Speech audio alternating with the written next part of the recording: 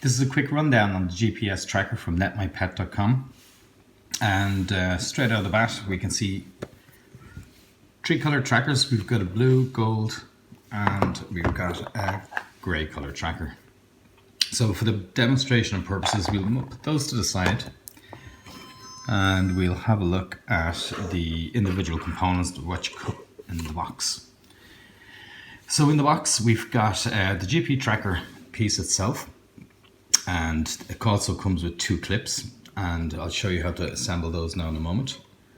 Also we've got two chargers, and we've got one which is a standard USB charger. It plugs into any laptop, any USB charger, and it also has that kind of connection, and I'll show you where that goes in a moment. And we've got another very handy charger. Again, it's a USB charger, and it has two little connections here. They can be placed touching those two pieces there on the back of the tracker, like so. And then you just plug that in and the charger will commence charging the GPS tracker. So to assemble it, the GPS tracker will come with its SIM card installed, and just to have a look at where the SIM card is, I'll just push that through there. If you take the tracker, at the top here, we've got a piece, it's a piece of rubber, and that rubber there just lifts, and you just pop that in and peel out the rubber. And as we can see, the SIM card is installed in here, and that's where you can also charge it using this cable here. So let's put that back together. Now, to switch on the tracker, there's a center button here. Press and hold for 3 seconds and let go.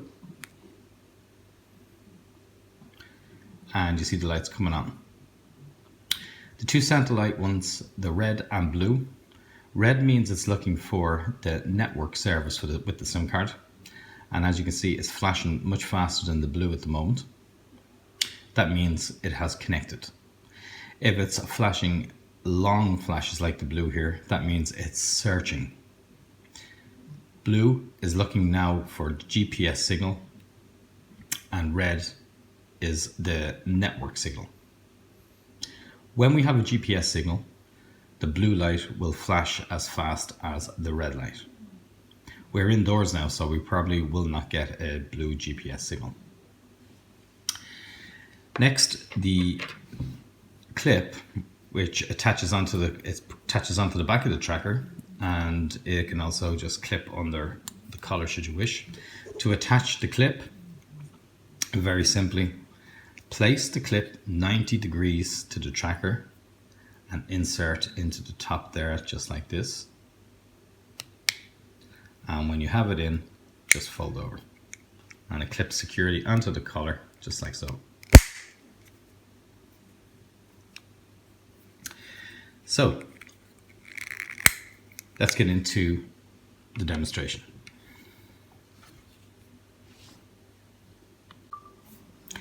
Okay, so logging into the app. Once you place in your tracker ID number, which is positioned on the back of the tracker, and you place in your password, which default is 123456, and we are logging in via the login by device ID. You can also select what type of map you would like there, a map or Google Map. We'll select a map for this, and we press login.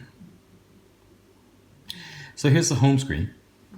And to find a real-time position of your GPS tracker, very simply go into real-time tracking, and I'll show you exactly where the mast or the signal it's receiving currently. Now, a good point to note, when we look at the label of the tracker, it says here LBS stationary. That's the location-based signal stationary. What time and date it was last updated, what speed, and the direction from where we are generally is north. We can also select on the app by pressing this here, a Google Map overlay, and put it back into the normal tracking app. This is a camera requesting a picture feature. We don't have this on this particular tracker, but it's there for future trackers. As we can see, we are currently 2 kilometers away from the tracker. Although the tracker is right beside us here, there's a very good reason for this. We are currently filming this indoors, so it cannot receive a GPS signal. However, the tracker is telling you, I basically cannot receive a GPS signal, but here is the phone mast that I'm speaking to currently. So at least it gives you some idea and the proximate location of where the tracker is speaking to, regards of the mast. If I was to take the tracker outside, within 3 to 4 minutes, the tracker will update its position right to where I am. When your pet is out and about, wandering around, it will be able to receive a good GPS signal, and you'll be able to track them on your phone. Let's look at some of the other features. On the home screen, this arrow gives you a general direction as to the way north is. This little feature here, should you purchase more than one tracker from us, by having that, it will put the map in a scale where it will show you where all of your trackers are in relation to you. One could be much further away, so it will reduce the map automatically and show you where everything is. By pressing this, it'll actually show you where your position is. Press it again, and it'll actually show you where the tracker's position is. And go back to the start, it will show you where everything is all on the one screen. We can zoom out of the map, into the map, and you could basically select whatever resolution that you wish.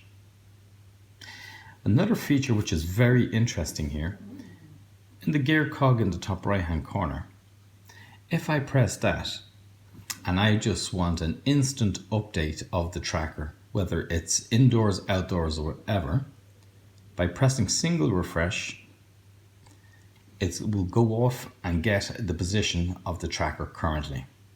As we can see, time is 9:04:14, and in a moment that will update to whatever position it will receive. There's another feature, while that's happening, there's another feature that we can just quickly look at, is the interval time for tracking.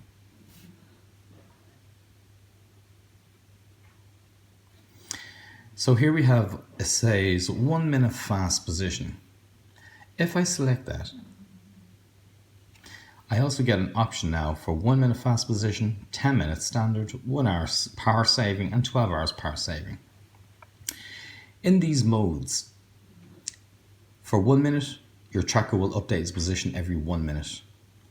Same for 10 minutes, that will be every 10 minutes. In 1 hour and 12 hours, the tracker shuts down some of its components and does not draw any further current for those. So in essence, it can save the battery over a period of time.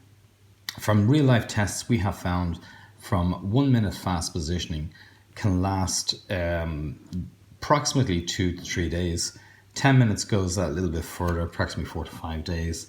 And when you go to 1 hour and 12 hours, we're talking in the region of 7 days to 15 days, depending.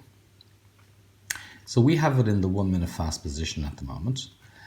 If you go back to our home screen,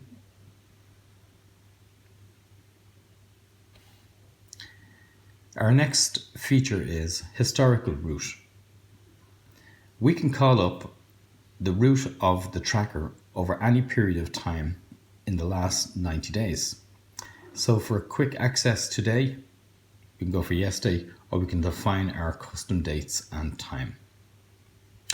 This feature here, show LPS. When that is selected, it will show you all the points that the tracker has picked up and also all of the masts it's speaking to. That can be a little bit confusing. Let's show you a small sample of a friend of ours who had the tracker on their pet, and we did not select to show LPS points. The history points is now stepping through sequentially of all the data points that was gathered. By allowing it to play, the speed of the play can be adjusted by the slider on the very, very bottom, and the one above it shows it the progress through its sequence. You can manually slide through these points by grabbing the progress bar and sliding it yourself manually rather than having it play automatically. So there you've seen the track and the route that the cat has taken over the hour or two. Another feature in our home screen is the geofence. GPS fence is a very useful feature where we can define an area. Should our tracker move in or out, we will receive a warning from our application. So to add a geofence, we press the plus, give it a name, so let's say home.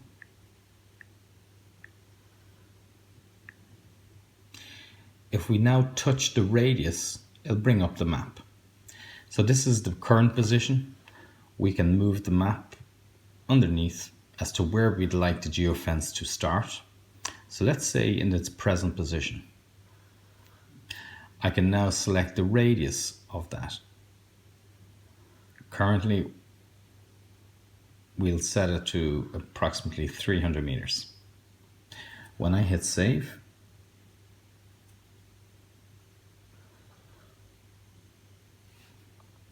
and hit OK,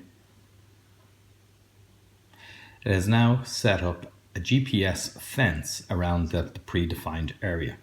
Should the tracker move outside that area, it will give you a warning, and also when it comes back in, it can give you a warning. When the GPS tracker is indoors and switched on, and it cannot get a GPS signal, it will give you the position, as we spoke earlier, of the mast. If the mast is outside the GPS defined area, it will give you a false signal. So just be cautious and noteworthy of that. Other features. In the settings is where most of our features exist. So if we go into the first one, about device, we have it named to the pet, the device ID, and various other pieces of information there.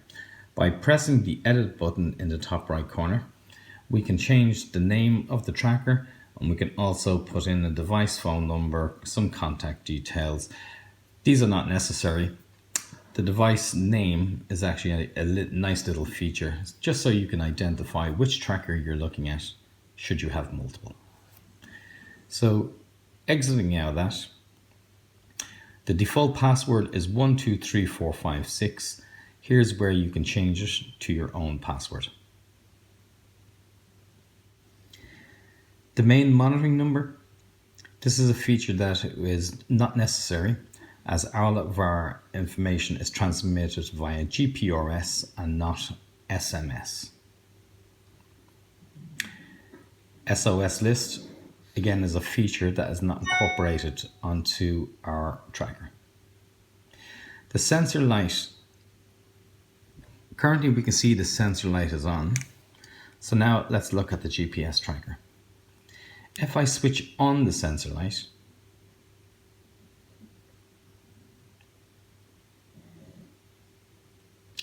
so that's successfully sent to the tracker, and there's a little LED sensor light here. If I cover it and simulate it's dark, we can see that the flasher on the GPS unit commences, and it will scroll through 4 different colors. This really helps to see your pet at nighttime, should it be in a dark place or hiding.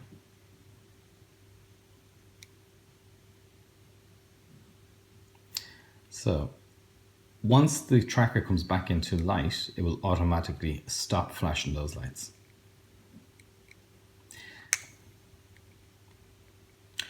The signal light. This is to switch off the GPS blue searchlight and the GPRS red light. By placing both sensor light and signal light in the off position, no lights will appear on the tracker.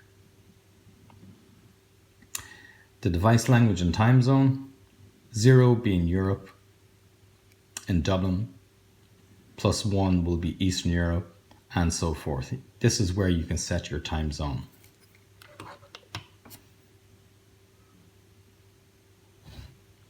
Remote reboot. Sure, for any reason you find that you're not getting the proper signal, you can restart your tracker by this feature. So by pressing remote reboot, OK, it takes approximately 10 to 20 seconds for the tracker to reboot, and that will be signified by the 4 lights flashing at the top.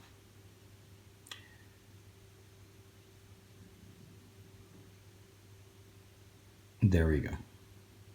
The tracker has commenced a reboot. Remote power off. We can switch the tracker off by using this feature.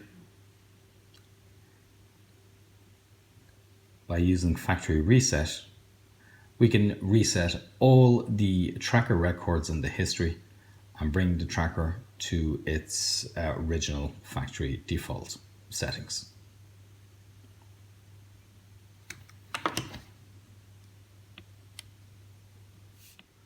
To quickly demonstrate the crocodile clip charging, take the tracker and open up the clip. Align the 2 metal contacts here with the 2 metal contacts on the clip.